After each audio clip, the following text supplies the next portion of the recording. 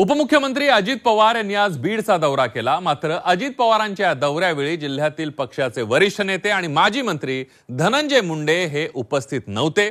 धनंजय मुंडेंच्या अनुपस्थितीमुळे त्यांच्या कार्यकर्त्यांनीही कार्यक्रमाकडे पाठ फिरवली। दरम्यान धनंजय मुंडे यांनी दौऱ्यात स्वतःहून येणं टाळलं की अजित पवारांनी त्यांना रोखलं, याबाबत आता चर्चा सुरू झाली आहे। बघूया। धनंजय मुंडे राष्ट्रवादीत नाराज। अजित पवारांच्या बीड दौऱ्यात मुंडे गैरहजर।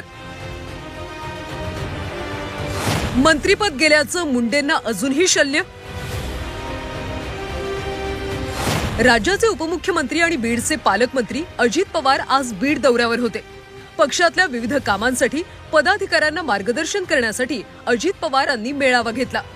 अतिशय महत्त्वाच्या या दौऱ्यात धनंजय मुंडेंची अनुपस्थिती मात्र खटकली आणि त्यावरून अनेक सवाल उपस्थित राहिले।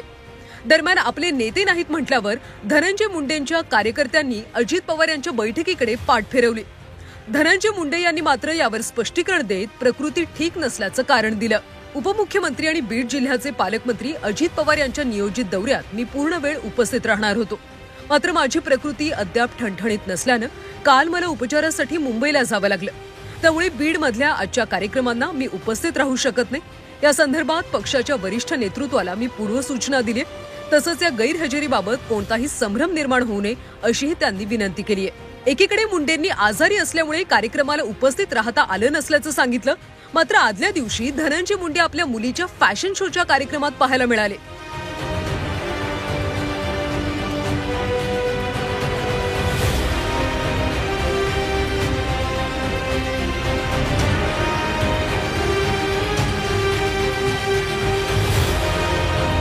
धनंजय मुंडे त्यांची तब्येत बरी नसल्यावर त्यांनी कालच मला सांगितलं की मी आज ॲडमिट होतोय दुपारी 2 वाजता, त्याच्यामुळे मला येता येणार नाही। माझ्या मनात असलं तरी त्यांची तब्येत थोडीशी खराब झालेली असल्यावर त्यांना दवाखान्यात ॲडमिट होणं गरजेचं होतं।